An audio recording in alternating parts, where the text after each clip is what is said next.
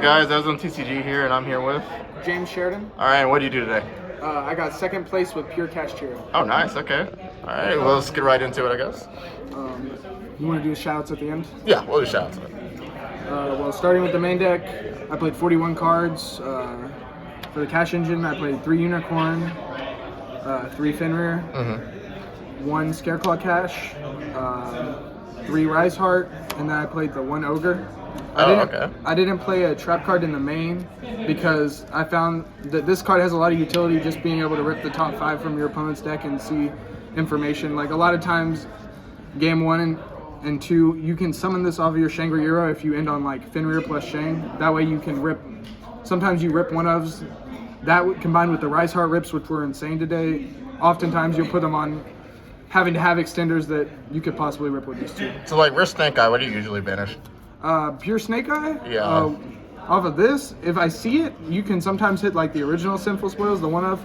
You can hit one of their Flame Burges and put them on, because a lot of times them being able to go through their second Flame Burge is what cooks you in the grind game. So being able to hit cards like that, like, it's super important. So I just played this with no trap. I played Prep in the side, but I'll get into that later. Okay. For the spells, I played 3 Theosis, 3 Birth. This is best Kashtira card ever printed. Its ability to outgrind your opponent like every turn, putting constant pressure on them. A lot of times Snake Eye doesn't have conventional means to out this card. Like they have to make like Nightmare Phoenix in order to get rid of it.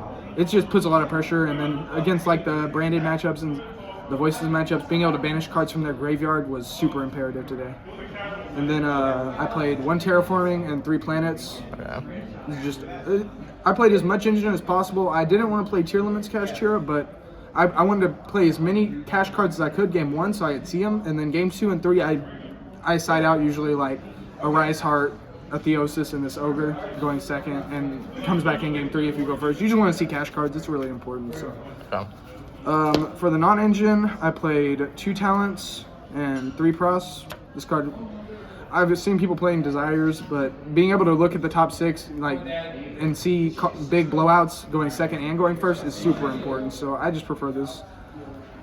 And then for the hand traps, I played 3 Ash, 3 Bell in the main, 3 Imperm, 3 Moonlit, and the 3 common shifters. The commons came up every game. Like, I didn't want to play high rarity of this because I knew I wouldn't draw it, and so I played the commons and they showed up every game. How good was Bell? Bell in the main it came up a lot today because it has a lot of good synergy against like Voiceless. Voiceless is good against. It can stop like the pre-prep. It can stop the low coming back from grave, a couple other things. And then it has implications against pure Snake Eye. You know, you can stop the Wanted. You can stop a couple other things. It came up today. It was definitely nice to have in the main rather than... I've seen people playing Valor as well with the shifter, but I really didn't want to play conflicting hand traps like that. I didn't play Droll on the side because I didn't want anything that conflicts with shifter, to be honest. Fair. But that's it for the main deck. It's 41 cards. Everything was really smooth today. I really only bricked like 1 or 2 games, and that was because I just had Scareclaw Kashtira plus another Kashtira card. But onto the extra deck, I played the Heat Soul package. The Heat Soul package, I never made this today. I just banished off Prosperity. It'll come up in theory, but a lot of times when you summon the Draco Sack, I was just summoning, like I would start my turn with like Special Unicorn, Normal Summon Rise Heart, and then I would search Birth, make Draco Sack, and then take the 2 tokens from the Draco Sack and just make IP so you can make SP on your opponent's turn.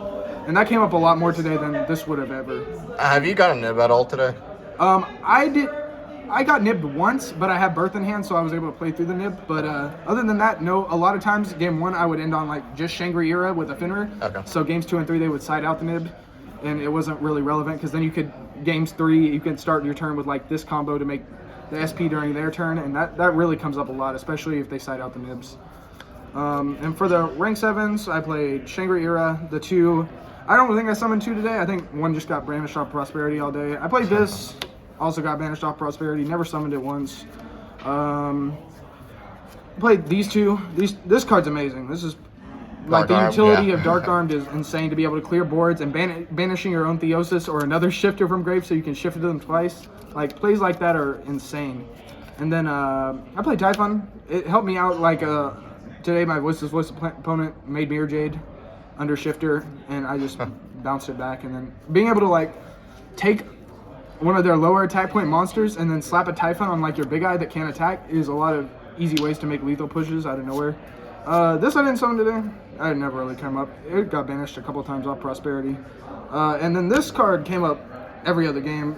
Anytime you draw like Birth plus Kashtira plus Hand Trap, you always make this instead of keeping the Hand Trap in your hand. Because having this Omni Negate is too broken. That's why it got banned. It's because being able to negate spell traps and monster effects is better than any singular hand trap you could have in your hand at the time, or keeping on comboing with the cash monsters.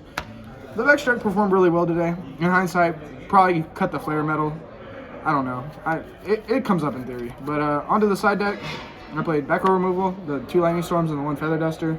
These came up a lot today. This card came up a bunch. Just being able to, like, your cash monsters can inherently break boards on their own, but a lot of times you have like problematic back row like Summon Limit, Anti-Spell, and you need Fenrir to clear the Anti-Spell, but these being able to clear like Solemn Strikes and Summon Limits and things like that come up a lot, and being able to clear Voiceless Voice back row or force the IP out of the Snake Eye players, it's really important. This never come up today. I never went into time today, so it never came up. This came up a lot. This is a crazy board breaker because it doesn't trigger their Voiceless spell card in the graveyard to summon from deck, so you can literally just give this to your Voiceless opponent if they don't Jog on you, and then you special summon Unicorn and cook them. Do you only side it for Voiceless? I always cite it for Voiceless, because they'll end on boards like with Seravis and the Trap. These cards always automatically get cited in going second against Voiceless Voice, because like this takes away a lot of the threats of the cards, and then you have the these to clear the like trap card. The trap card can be problematic too, so these cards were really good against Voiceless today. I played this. I used it once. It was pretty good. I think I lost that match though. This was the one match I lost against the Mirror because I played this. It was good. I'd probably cut it to be honest, and just played the Ogre. The Ogre by itself is good. So. Okay. And then for the not so fun cards, I played 3 Anti-Spell. This won me a good amount of games. I'm not proud of it. And then 2 D-Barrier.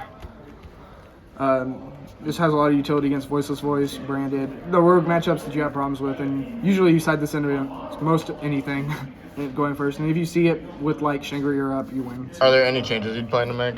I would probably take. Well, going forward, you're gonna have to take 2 of these out, the 2 Anti-Spells, and then I'd probably cut this. Maybe these 2. I don't know. I want to play Valor, probably in the side for like these, and then maybe play like Strike or Solemn Judgment here. Okay. And then any shout outs you want to do? I have a couple shout outs. First and foremost, shout out to the Rockets hat. Every top 8 I've ever gotten has been with this hat on since I was younger, and so shout out to the Rockets hat. Shout out to Antonio over here for sponsoring me with the deck. Almost all the cards are his. The deck box was his. The mat was his. I pretty much played his deck today. And then shout out to the Greedy Adventure. The Adventure Begins in the Woodlands. And then shout out to my mom and dad. All right, man. Thank you so much. All right, thank you guys.